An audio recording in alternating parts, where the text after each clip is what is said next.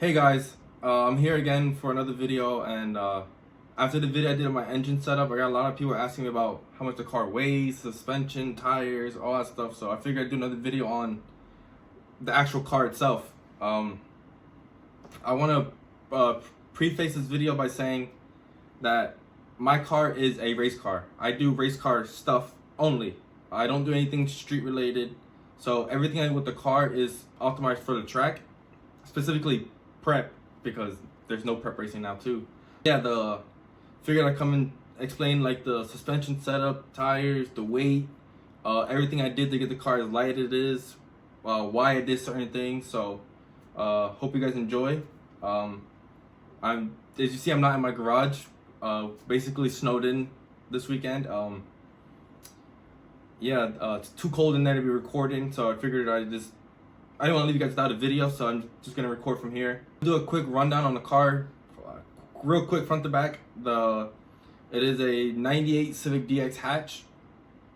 It is a stock chassis car, so there's no back half, no solid axle, none of that stuff. Everything bolts up like factory. It's completely cut front to back. Everything you can cut, you can think of, for the most part. I'd say like 90% cut.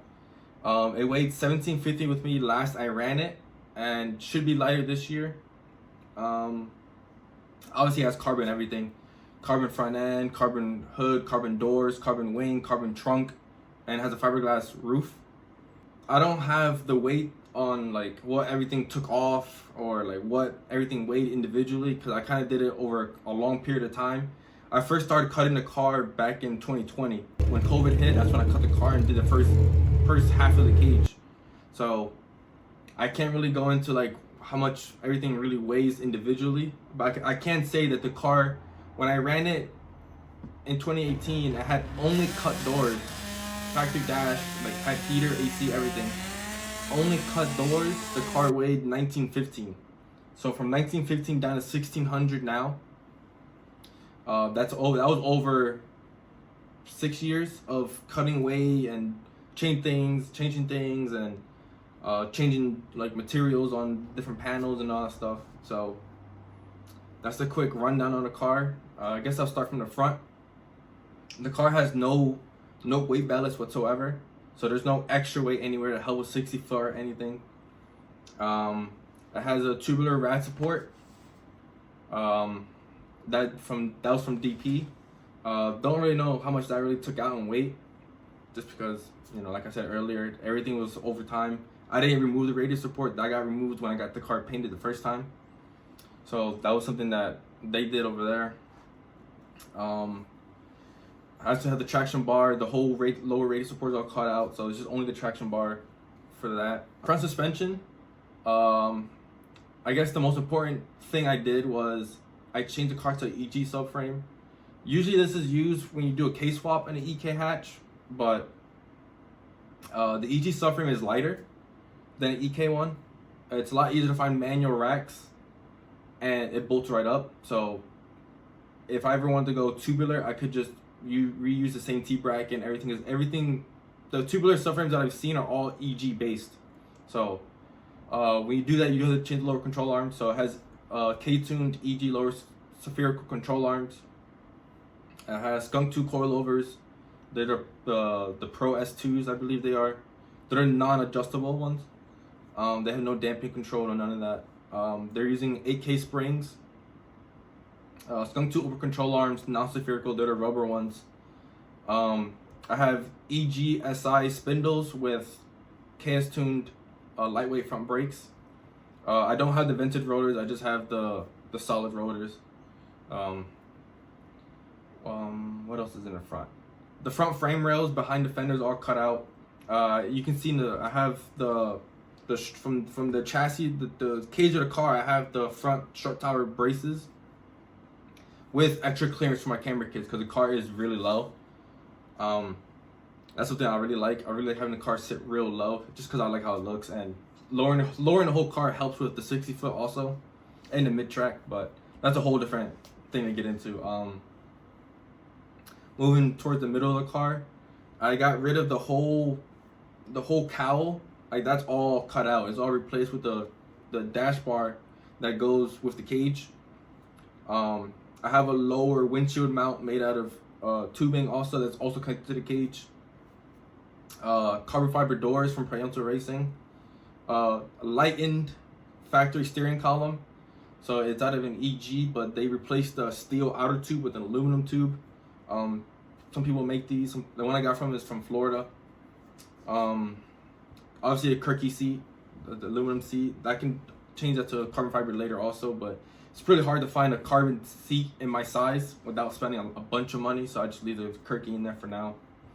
The car does have a 10-point cage and plus some, so it's a pretty hefty cage for what the car is. It doesn't really need it whatsoever, but I want it to be safe. I want the car to be rigid. Yeah, it's nothing really much to that. I just really like how the full cage looks. Lexan windshield. The whole car has Lexan all the way around, so doors, quarter windows, trunk, windshield, all Lexan. Has a fiberglass Frank's roof that I got paint matched to the color of the car. I don't like how carbon roofs look. Sorry, that's just me. Moving towards the, I guess the final thing about the interior is I have full carbon interior on the back. So I got rid of the rear seat floor and the spare tire hole. And I also cut out the wheel tubs. Now this is something that I kind of thought of on my own from seeing some back half cars. I figured I already did the carbon front, I also do the interior carbon also. This is not legal whatsoever for any classes. So if you look at HD rules for Sport 4-wheel drive all motor, they require you to have factory wheel tubs. World Cup Finals doesn't show anything about it, but you know once you show up, people are gonna complain about it. So the carbon wheel tubs are definitely illegal for any class racing, but the car is an index car, so it doesn't really matter. I can make the car tube chassis if I wanted for an index. It doesn't really matter. Going towards the back of the car, it has FCS trailing arms and FCS lower control arms. That was a change I made this year. Try to get some more weight out the back of the car. I had Speed Factor before. I had them for a couple of years. I love them. No complaints with them. They're definitely a little bit more work to get tucked in, but the nice thing is they use OEM hub parts, so you can kind of just go to your auto parts store and buy a hub. Worst come to worst, FCS is all custom stuff. Like it's all proprietary to itself, so it's a better design, lighter design, but it's only specific to FCS products. So that's the one risk you take with getting FCS. But regardless, I haven't ran it yet, but I ran cars with them. It's definitely worth the wait. I have a Seibon trunk. Now the trunk is the interesting thing because it's Seibon. If you know, Seibon carbon is really heavy. I mean, comparative to other like race specific carbon. Rear coilovers, I almost forgot, is they're D2s with 18K springs. I had Skunk 2s before, just decided to go with D2s. This all the same thing. The rear suspension doesn't have much play in it anyway, so as long as you just have something in the back, it doesn't really matter. With that being said, like the rest of the car is cut up, so like what you see of the car that's left that's metal is very thin, very weak. So it's just the shape of the car at this point. The whole structure of the car is in the cage, so my cage ties in to the strut towers, it ties into the floor, it ties into the factory frame of the car. So that's kind of like the trick, I guess you can say, is building the cage first and then having the car just look like a car on the outside. I'm hoping this year the car weighs under 1700 with me in it. I'm 150 myself, and I'm hopefully trying to get down to 130 soon. If I can get the car down to 1700, 1650, it'll make it a lot easier to run the numbers I want to run without killing the car with power. I don't like having a lot of power. It just breaks stuff. I don't like breaking stuff. I like to just show up to the track, race, and go home. I don't like working on my car on the track. It's not fun. Another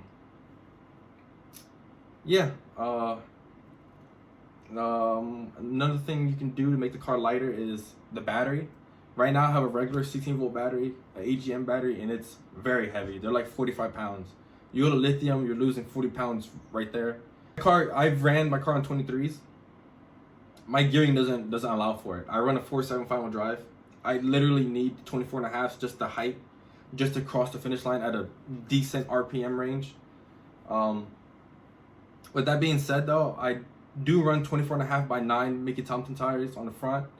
The rears are 22 by 3.6. That's not so important. It's more the front.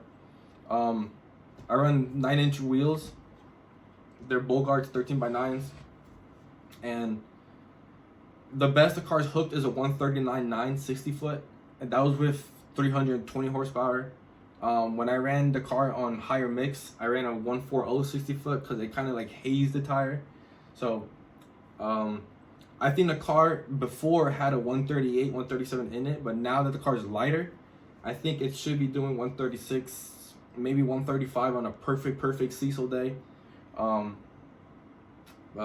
With that being said though, like the car being light just makes it a lot easier to run the numbers you want to run. Power is really expensive, especially on an all-motor car. You know, if I want to make more power now, I'm looking at a ported head, which is at least $1,600 on top of, you know, filling the cylinder head with valve train. Stroker kits, more expensive. Boring out the block, anything over 84 and a half, I would probably just want to go to a sleeve block. So you're looking at a sleeve block plus a ported head for a couple more horsepower. It's not worth it to me. I'd rather just make the car lighter, especially when I saw the material there to cut it out the car. I kind of seen what was the weight was holding the car back. So I just got rid of all the weight. It's a lot easier. It's very tedious to cut the car for sure. But now that it's all done, it kind of pays you back with better 60 foots, better mile an hour, less stress on the parts for sure. If there's anything else you guys really want to know about the car, any more like close-up videos or anything, I can post all that. It doesn't bother me whatsoever. With that being said, thank you guys for watching, and that's it.